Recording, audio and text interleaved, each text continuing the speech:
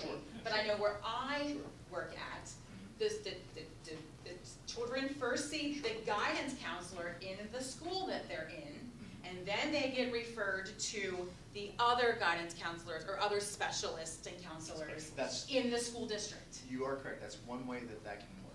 Thank Another you. way that we have is a CST team that I think Dr. Fiaschi spoke about. Our child study team, where students can be referred or recommended to Right. a team. By the teacher. By the Yes. teacher, by a parent, by anyone, to be able to identify what supports are needed or what may be needed. That might be a way that they bypass a school counselor before they, on their way to a mental health counselor or something else that's needed. I just need clarification because there's Yeah. distractions There's a over couple here, so I things. wanted to make sure Yeah. I was, thank you. Thank you so much for sharing that, I appreciate that very much. Do Any other questions? parents really understand what we offer here? I don't know. I hope they do, because we have a really great program that has been embedded in all of the things that we do with learning support and our students. And the money that we've saved is phenomenal. Yeah, I mean, all the parents that I work with or I share what we do, and I haven't had any, like, oh, you do that. It's like now, since we've been doing it, it's like, thank you, Carolyn, or thank the district for supporting our students at this point. Just if you needed to know more. Yep. Yeah. Have you ever had other questions for Carolyn? Thank you, I appreciate it. All right, Ms. Berryman, you're up. And Dr. Berryman, and your priority is the student success. Can we skip a day? Oh, I'm sorry, now. I mean, not that I'm happy not to go, but I was just thinking there was a new There's a order. line. I'm so used to being Okay. lost, I think, wait a minute. Sorry, you're up now, and yours is priority student safety and technology and success. Okay. I just want to talk about two things this evening. Record retention schedule is something I'm working on with the admin team and Judy to go along with our policy 800 record retention and policy 216, I believe it is, school records, to put together protocols and guidelines that we would follow with regards to the retention and disposal of all records that encompass our school district. So it's identifying those different areas from the business department, HR, food services, student records, contracts, school board policies, things of that nature. Identifying those state, federal laws with regards to retention. And then what is a local decision with regards to certain records to the point where we would have that document then in front of the school board for approval. So we're working towards that. We have a number of records that we want to work through and archive from a digital standpoint and go through that process. And we're also holding on to records that would be disposed of properly. So it's an important task that we want to complete, and we'll have that in front of the board here shortly with regards to those records. The other areas in regards to elementary devices, I know we had talked the last board meeting about classroom devices. On Thursday, we had the admin team involved in a meeting with our Apple representatives for this region, talking to us about iPads and those devices and how they could be integrated into the classroom. Just this morning I received a quote with regards to what that would look like as we looked at a phased-in option at the elementary school. So I'll be able to provide that information to you at the next board meeting, as well as we kind of work towards that decision point with regards to what device we'd like to see in the elementary classrooms. Just from a number standpoint, current enrollment in our cyber school is 70 students. We have 5 at the elementary level, 5 at the middle level, and 60 high school students. That concludes my report. Thank you. Any questions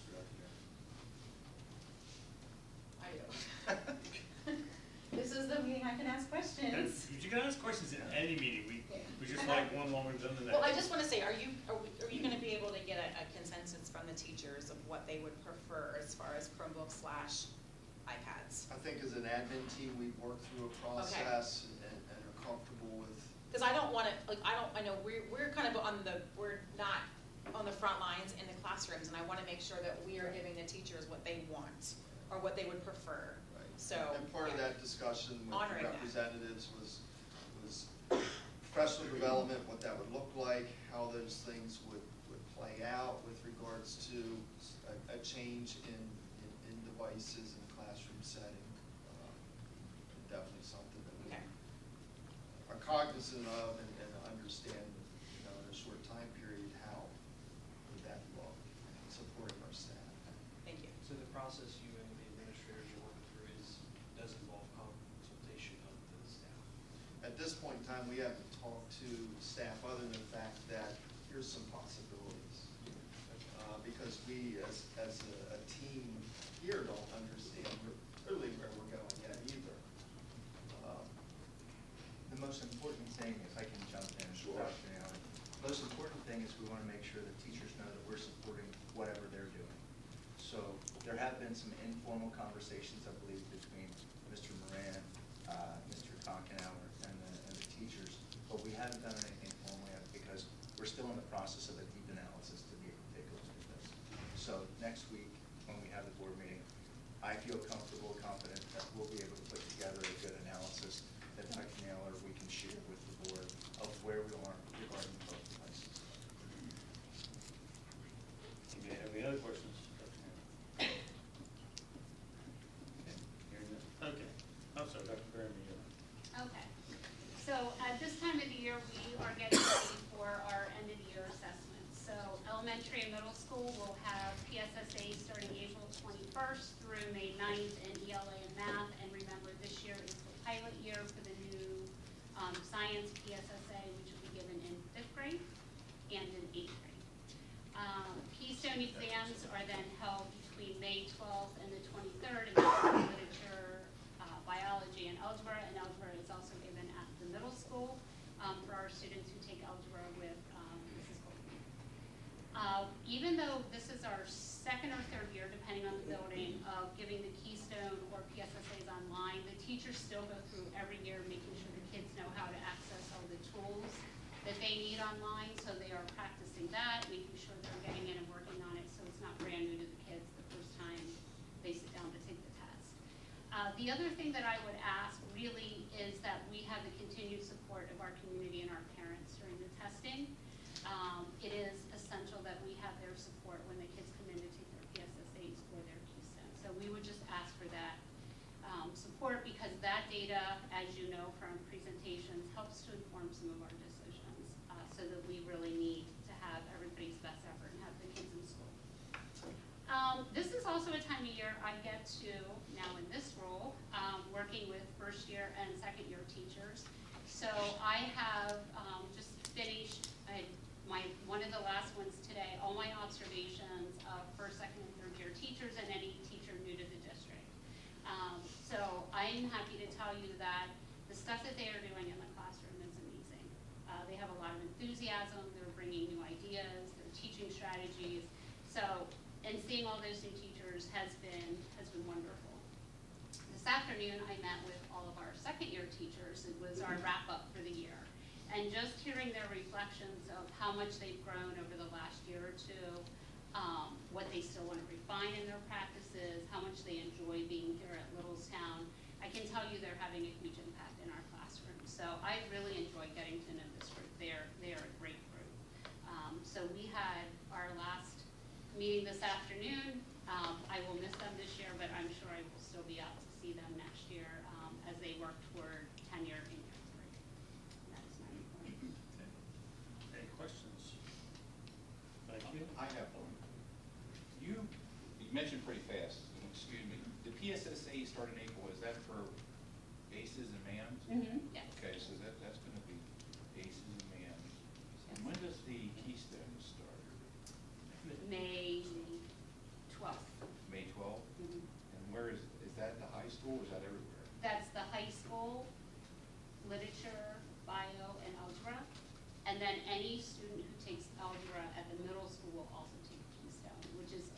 seventh grader or an eighth grader.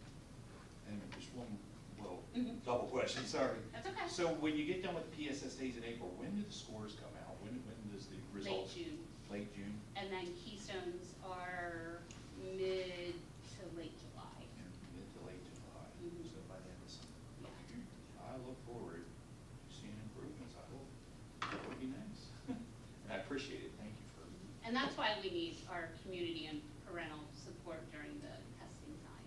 It's I've essential. heard through the grapevine in the past year from several people, and I hate to say this, but I've heard several people say their students purposely don't do good on it.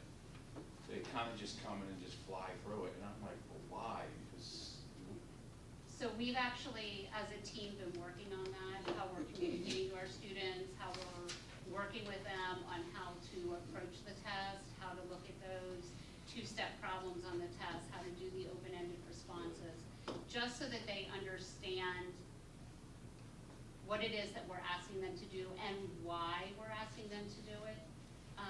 So one of the things, I didn't know if I was actually gonna bring this up or not, but one of the things you may or may not know, so if our participation falls below 95%, okay, so if we have kids who don't come in and take it or opt out or whatever, for whatever variety of reason, medical, but if we fall below 95%, any student below that 95% who did not take the exam, we automatically get dinged as non-proficient. oh, wow. So when you're looking at those non-proficient scores, please keep in mind that anything below the 95% participation rate include kids who did not take the test for whatever variety of reasons. So essentially that drags the score down. Absolutely. So, So that also impacts educational decisions and instructional decisions that we're trying to make. so what I hear you saying is, if we have 100 students, and 10 of them say, I don't wanna take this test because, just don't wanna do it, we're automatically deemed 5 improficient. Yes, that's What accurate. if 10 of them are sick? Well, we do have makeups. Do you have make, yeah, We they do have have makeups, makeups. yeah, you have Yeah, makeups. we have a makeup window. Well, that thing I is mean, back up. unless there's an extended illness or something. And we do have As long as- exemptions. Yeah. Yeah. Okay. Yeah, but I do want you to understand that does impact, so like, when I come back with data, if we are below that 95%, now, we don't get the participation rate until when, those scores come out, like November, December. Yeah, I was just gonna ask you. Yeah, that's I was later. just gonna get you on that one. You know, Mr. Sullivan, I would love if they would give us everything at one time. Yeah, It's just not the yeah. way the state works. Yeah, I do. So, We kind of just work yeah, backwards. it trickles in, so, I was just gonna ask you that. Thank you. yep. Does anybody ever have any other questions? Okay, thank you, Dr. Kramer. Ms. Young, you've been waiting patiently. Sorry. And she's policy 123, interscholastic student athletics. Okay, so April, not sure if everyone knows, April is probably the busiest month for spring sports. The teams are in the thick of competing, rescheduling like crazy because of rain, cold, but it is the busiest month for us. Some highlights, I just got done with the NLI night. Janelle, thank you for coming over taking pictures. So NLI is the National Letter of Intent Signing Day. We had 10 student athletes committed to continue academic and athletic careers. It was really exciting. We had 2 cheerleaders for the first time since I've been here. And we had a golf person too, so it was kind of neat. When sports I haven't seen sign yet, do signing tonight. So it was a great, and Mrs. Luckenbaugh baked cupcakes. So we had blue and gold cupcakes, and we had chips and water, and it was a really nice setup for them. The athletic donation, the one-time donation from the Edgar Potter Scholarship, which was like $5,500, it was for female sports. So we distributed among all the female sports programs. So each program would get $612 to spend to support the team's needs and program development.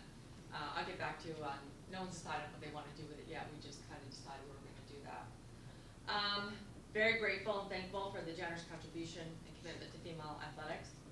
The AED is finally installed, so if you go downstairs, you'll be able to see it. Thank you, he's not here, Victor, for putting that up for us. Looking ahead, senior night updates. So we had to change senior nights, and I let Janelle know. This field trip kind of wiped out our softball team on May 2nd and our baseball team. So we bumped it up to May 1st. So May 1st is the new senior night for baseball and softball. And you're probably wondering, how do you have two in one night? Softball's at 4, baseball's at 7.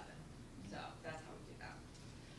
And then we just set the date for the physicals for the kids, for the athletes to get at Williamstown High School. It is June 4th, from 2 to 7. And that is our update. Can you share the colleges, or is that privileged If I, at this point? oh no, you can, oh wait, I have it right here.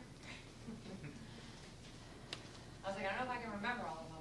Wasn't sure if it was privileged, but, paper. Oh, no, it will be, sent out on social media anyway. Okay. So we got a nice group picture of them. So Lucas Bacher is going to Penn State Berks for baseball. Ava Benzel's going to Penn College for soccer. Michelle Few and Katie Kerr are both going to Mount St. Mary's for cheerleading. Victoria Kyle is going to DUville for field hockey. Isabella McCall, Mount Aloysius College for volleyball. Emmy Nunemaker, Wingate University for field hockey. Gracie Plunkert, York College for volleyball. Walter Steele is going to Delaware Tech Community College baseball. And Ian Welty, Penn State York for golf. Awesome. Any questions? Any more questions? Thank you. All right, Tom, you're up. Policies on policy budget process for 25-26 budget. Okay, I believe I passed around budget packets for board members. So we're gonna start in there for the discussion tonight. So tonight I'm gonna cover the tentative proposed budget. That budget will be in front of the board for vote on the May voting session. So tonight's gonna be for discussion of what makes it from this discussion into the May vote for that proposed budget. The first thing we're going to go to is page 3 with the revenues. On this page here, the nice colors. So we have 3 different scenarios of revenues. The revenues are broken into a 0%, a 1%, and a 2% tax increase. We'll discuss some tax rate options later in the presentation. So first off, revenue increased around 1.3 million from 2024 budget to 2025 budget, or about 3.1% increase from this budget to the prior year's budget. The 6,000s, so the 6,100s to the 6,900s is what we consider local taxes. From that, we have 2 changes of note. The biggest one would be our income tax was increased 200,000, and our estimated interest earnings for next year is down 150,000 from the prior year. The state funding was increased around $1 million. Most of that would come from Ready to Learn grant. It also would funnel through basic ed, special ed, these are in Social Security. And then lastly, we have our federal, which is the 8,000s. That has been back to normal levels, what we experienced prior to ESSER funding and prior to the COVID relief grants.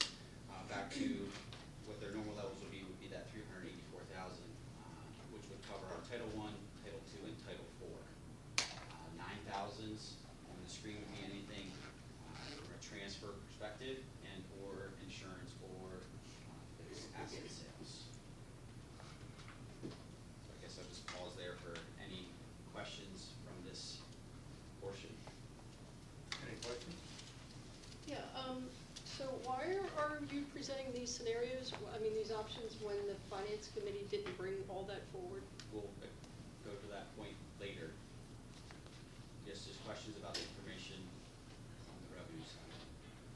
The one question that I have, Tom, I heard that we have a 3.1% increase in revenues, and I just want to make clear that everybody heard that that's without board action, just without anything, we've seen an increase in revenues of 3.1%. That is correct. That is based off of 0% or that yellow column or that. Okay, we'll jump that. We can always circle back if there's additional questions. So the next page is going to go through expenses. I'm going to focus on the vertical columns, which are the 100s through the 900s. So the 100s, to back up the expenses, we're experiencing about a $2 million increase in expenses from 2024 budget, which is about a 5.8% increase. And we'll jump into some of the highlights of that. We'll start first with the 100, which is our salaries. The biggest thing to note is our contractual obligations, which is our staff. We have a 3.1% increase for our administrators and our teachers, and a 3.6% contractual increase for our support staff. That's kind of driving the salaries upwards this year. We also have a significant increase on our benefits. This year we have a proposed tentative 10% increase in our medical, dental, and vision. We have some more follow-up from that, but we believe that will hold steady with that 10%. We also have a mandated 34% increase on PSERS, what the district has to provide for every staff member who qualifies for PSERS. The rest, so 300s, 400s, are minimal changes this year to last year. 500s has a significant change, the biggest change being in cyber charter school. So we have been experiencing some rapid increase in tuition rates for cyber charter school, mostly due to how the funding formula works here in Pennsylvania. So we have a significant increase of about $450,000 from this year from last year. So that's $450,000 on top of what we currently budget normally. And then 600 for supplies is pretty standard increases in there, mostly due to inflation, inflationary pushes on that. Equipment is actually down for the year. You remember from last year, we had a bus, and we were going to maintain a rotation of transportation services. Later on tonight, we'll have a discussion about the transportation RFP, but that bus cost has been removed, which is about $140,000 or $160,000 between all the bus components that are down this year compared to last year. And then 800 and 900s combined is mostly our debt service. So we have been steadily ramping that up over the past several years. Last year we did about $870,000 increase. This year will be the last significant ramp up, which is about $185,000 between principal and interest for those. So that will get us to the total expenditures of that $42.5 million mark. I have some additional information later that will play into the expenses, but any questions, I guess, with that? Okay, so I'll go over some discussion items of how we led to that total budget. So some of the items that FPS covered, before we jump ahead, that made it in the budget and didn't make it in the budget. So I'm just going to highlight briefly on those items. So first thing is some cuts that were made, both through administration and through the committee. So we have one FTE, so one staff member, cut through attrition, through retirement. We had some cuts from through software and supplies and fees. And we also, as I mentioned, we removed the bus from the equipment. What was the teacher? What did that teacher do? Middle school retiring, Middle school, what? math. Math. And we're not going to, okay. We have a plan to move forward to be more innovative and provide different instruction for that area. Can you share that? Yeah, really. So we know what's this, so we can, because I was wondering, because we're struggling in math as a school. Sure. So if we're not going to be replacing a staff member that's just not. Right, What right. are we, can you share what's going on? Right, we actually have some help coming down from the high school to help the middle school. And those are processes that we're going to put in place to be able to help and assist with that math instruction. And that's not taking instruction away from our high Correct. school students? Correct. Okay.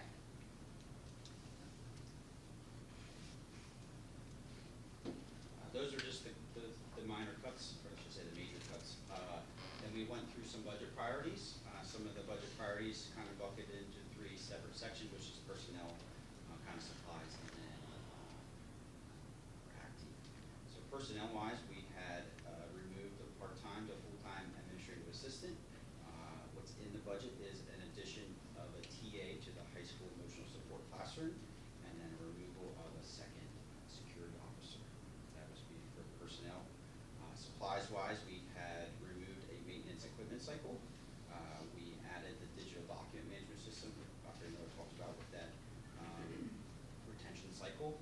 And then we have a discussion here further about student devices. As of the moment, it is removed from the budget, so whatever the board would decide, that would have to be added back in.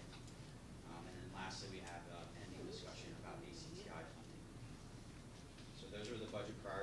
discussed.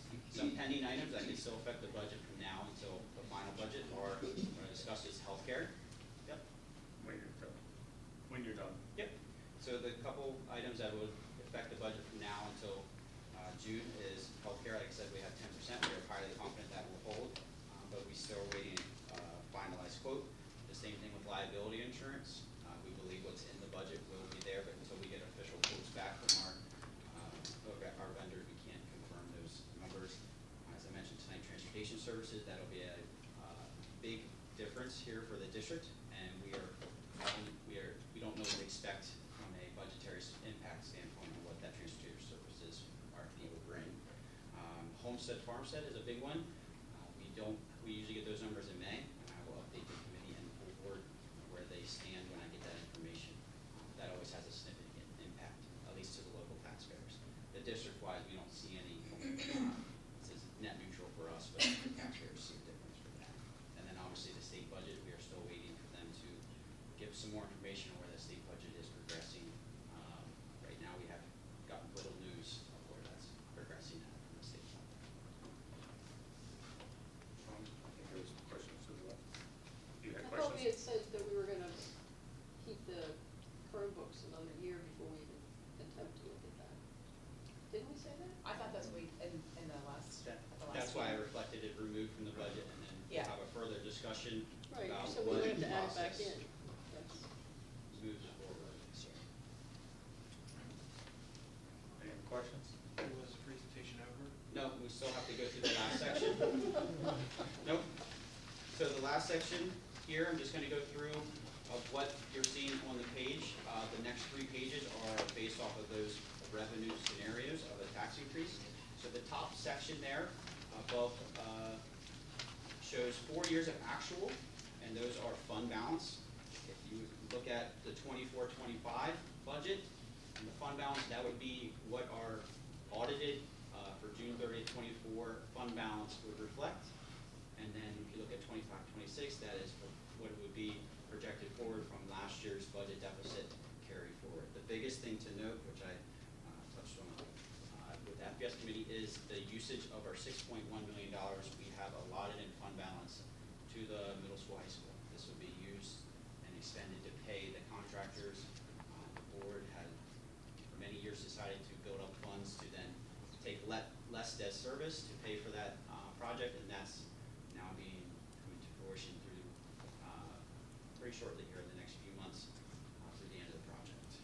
So that's the biggest difference there is the use of that $6.1 million. If we jump down to revenues, it's broken into the 6, 7, 8, and 9,000s. You can see we have just under 40,500,000, and then total resources would be a combination of the fund balance total plus the revenue to get us just under that 51 million that the district can use between the revenue side of things. And we're gonna jump down to the expenses. So we have the expenses we talked about of 42.5.